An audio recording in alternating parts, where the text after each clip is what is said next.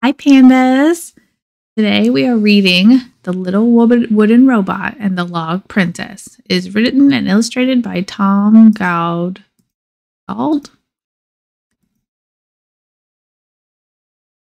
Once lived a king and queen who happily ruled a pleasant land, but no children. So one day the king went to see the royal inventor, and the queen went to see a clever old witch who lived in the woods. They both asked for the same thing, a child. The inventor set to work straight away. She used her finest tools and her most ingenious designs, and she built a wonderful, intricate little wooden robot. The witch took a log from the basket by her fire and used her deepest magic to bring the wood to life in the form of a perfect little log princess. The king and the queen and the princess and the robot all loved each other instantly. The log princess was bold and clever, but she had a secret. Each night, when she fell asleep, she turned back into a log and would stay like that until she was awoken by the magic words, "Awake, little log, awake." So the little wooden robot was brave and kind. So kind, in fact, that he let a family of beetles nest in his workings, even though it tickled sometimes. Every day, the robot would wake his log sister, and they would play in the castle and the gardens until the sun went down and they were tired out. However, one morning, a traveling circus came to visit, and the robot rushed down to the courtyard without waking his sister. On the stairs, he passed a maid going up to tidy the princess's bedroom. When the maid saw the log, she said, "Oh dear, a plain old log lying in the princess's bed? What a disgrace!" and threw it out the window. At that very moment, the little robot thought of his sister. "How selfish of me," he said to himself. "She's missing out on all these wonderful things." And he ran to her bedroom to wake her up. He looked at the empty bed in horror. "Where's the log?" he cried. "Oh, that," said the maid. "I threw it out the window." The robot looked out and spied the log rolling across the courtyard. He raced down, but the castle was atop a steep hill, and the log had rolled through the gate, over the drawbridge, and down towards the village. A goblin was pushing a barrel of logs through the village, and the princess log rolled right up to him. "What a lucky day," he said. "Another fine log for my load." The goblin took the logs to the river where a barge was tied up. The captain paid him a copper coin, and his barrel load was tipped into the barge with hundreds and hundreds of other logs.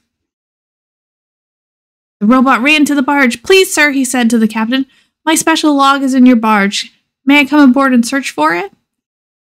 "You may," said the captain, "but we must set sail straight away while the wind is right." So the robot clambered on, and the barge set off for the frozen north. They sailed for days, but there were so very many logs that even with the help of the crew, the little wooden robot could not find the right one. They arrived and unloaded the cargo. "Come back with us," said the captain. "The north is a dangerous place, and we can easily find you another log when we get home." "I can't," said the robot. "That log is the most precious thing in the world to me. I won't leave without it." The crew gave him a map, some supplies, and a handcart, and sailed back to the pleasant land where our story began. The night was long and cold. The little wooden robot shivered as he searched. Then something caught his eye, something familiar. He reached into the pile and pulled out a log. It was the princess. He danced for joy with the log in his arms and was about to recite the magic words, when he realized how awful it would be for his poor sister, who had fallen asleep in her cozy little bed, to wake here freezing and far from home.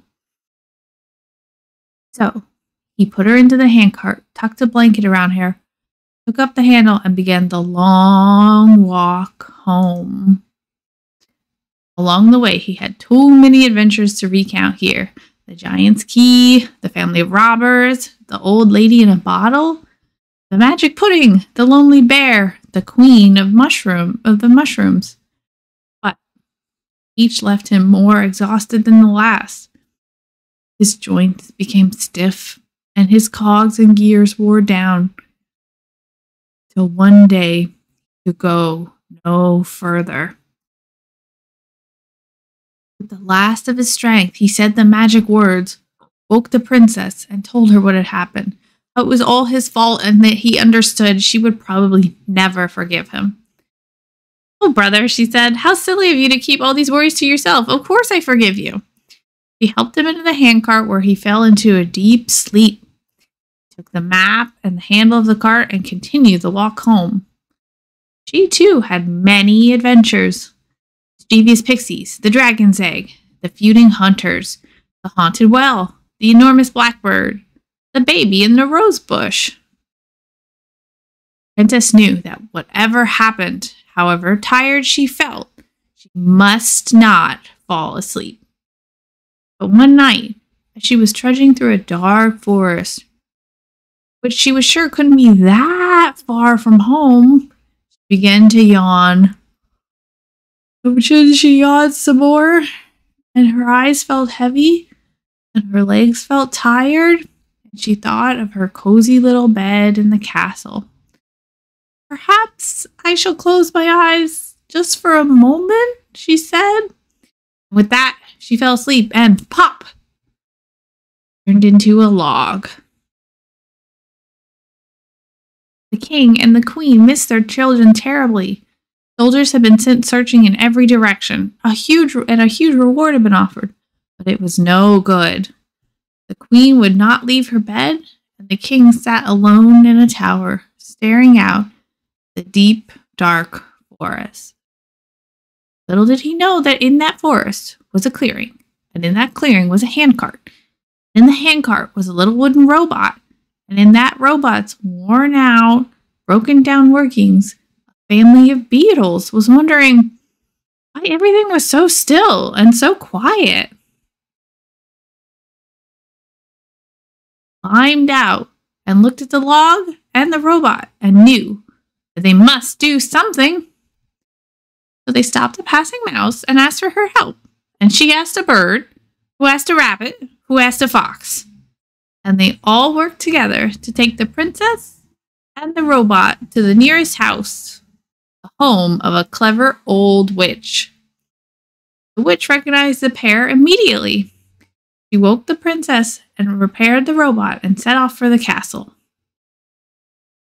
The king could hardly believe his eyes as he watched the little group, all crowded on a broomstick, fly over the forest and set down in the castle courtyard. Oh, you can even see the little beetles in the broomstick. The robot and the princess and the queen and the king all hugged and laughed and cried. The witch was thanked.